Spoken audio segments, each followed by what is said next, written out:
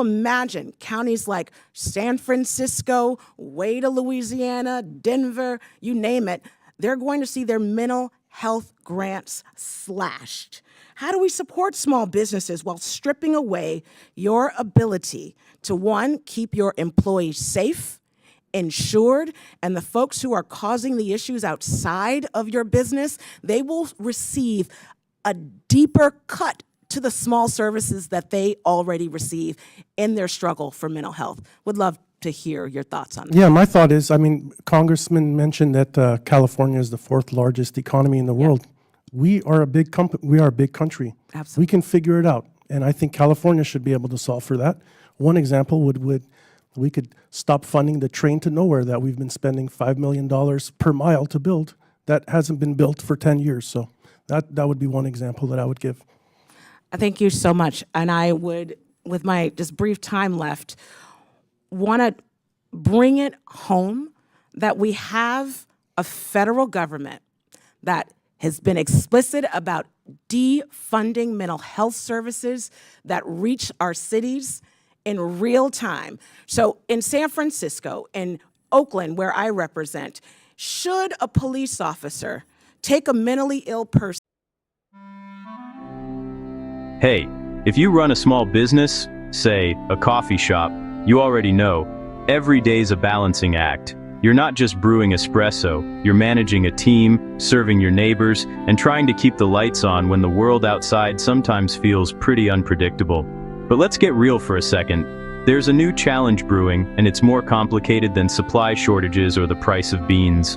I'm talking about cuts to mental health funding, and how they're quietly hitting small businesses like yours right where it hurts. Here's the situation. The federal government just slashed $1.7 billion from mental health services, the kind that flow down into your state, your city, your neighborhood. In real terms, places like San Francisco, Oakland, Denver, and cities across the country are losing staff, losing mental health beds, and losing services. Half the mental health workers at some local agencies are already gone. So what does that mean for your business? Thank you, Mr. Chairman, and thank you to our ranking member. Mr. Jackson, just briefly, thank you so much for being here, and I followed the work of the office prior to the betrayal of this administration and shutting it down.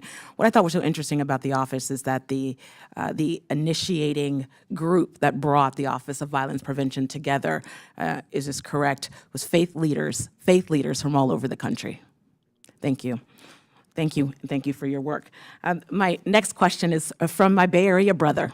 You're in the Sunset. My mama lives in the Sunset, and I believe I know where your coffee shop is, and just really thank you for traveling. It is a long flight.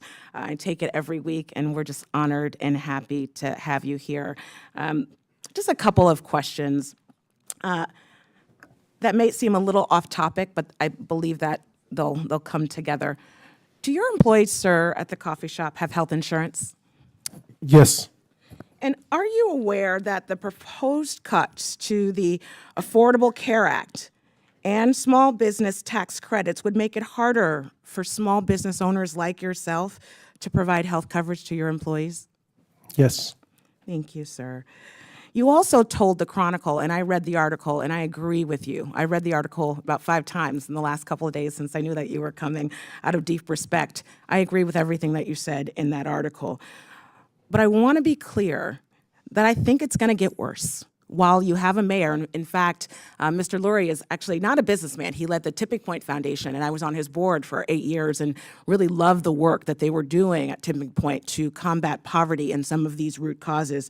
And I agree with your assessment that his being on the streets every day, working with small businesses, asking the questions about root causes, it works. So I'm really excited that you're in communication with the administration. But this administration is cutting $1.7 billion from mental health services that go into states, then counties, and in cities. And in fact, he's fired half of the mental health staff from SAMHSA, which is just shocking. So my question is simple. How do we solve the mental health crises that you clearly and beautifully articulated in your Chronicle article? Mental health crises that are driving small crime, which feels like big crime if you're running a small business in our communities.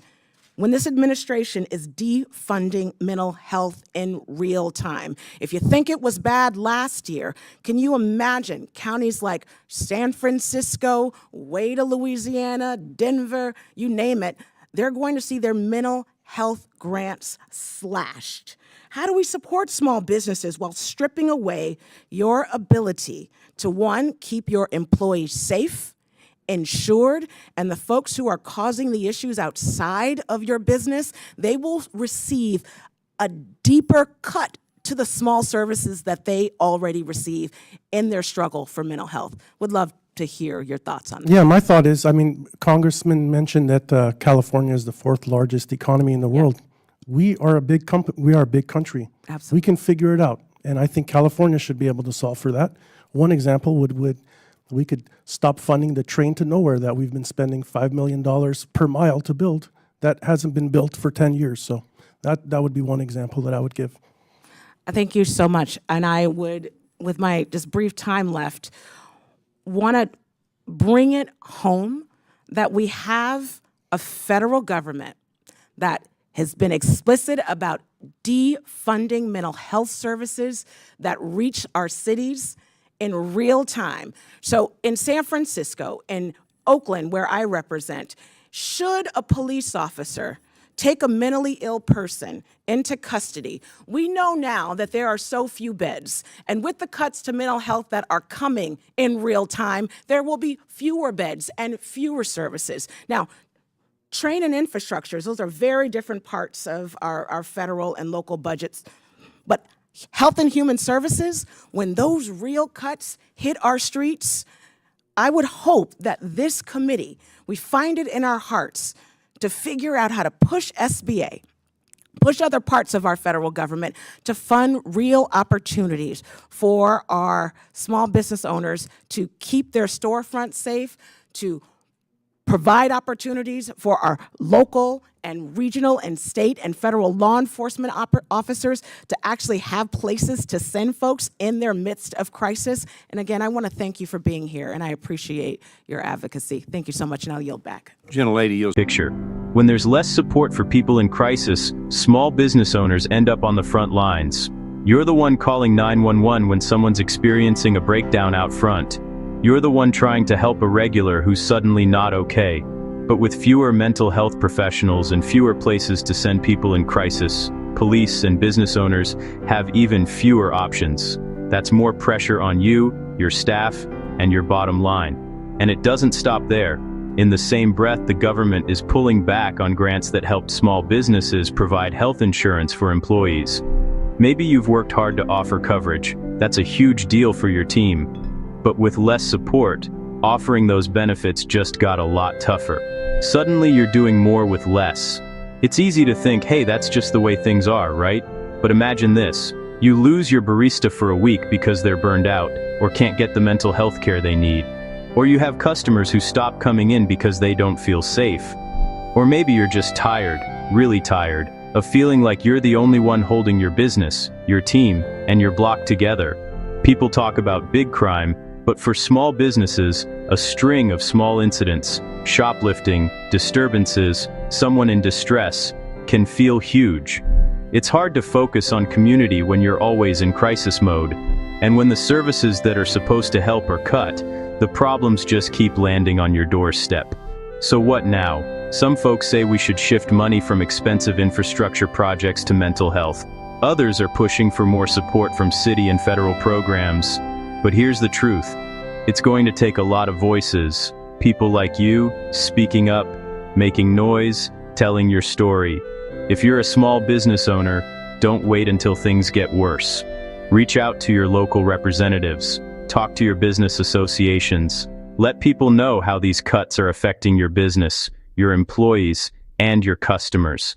Because at the end of the day, small businesses are the heartbeat of every neighborhood. And if we don't stand up for each other, right now, who will? Thanks for listening.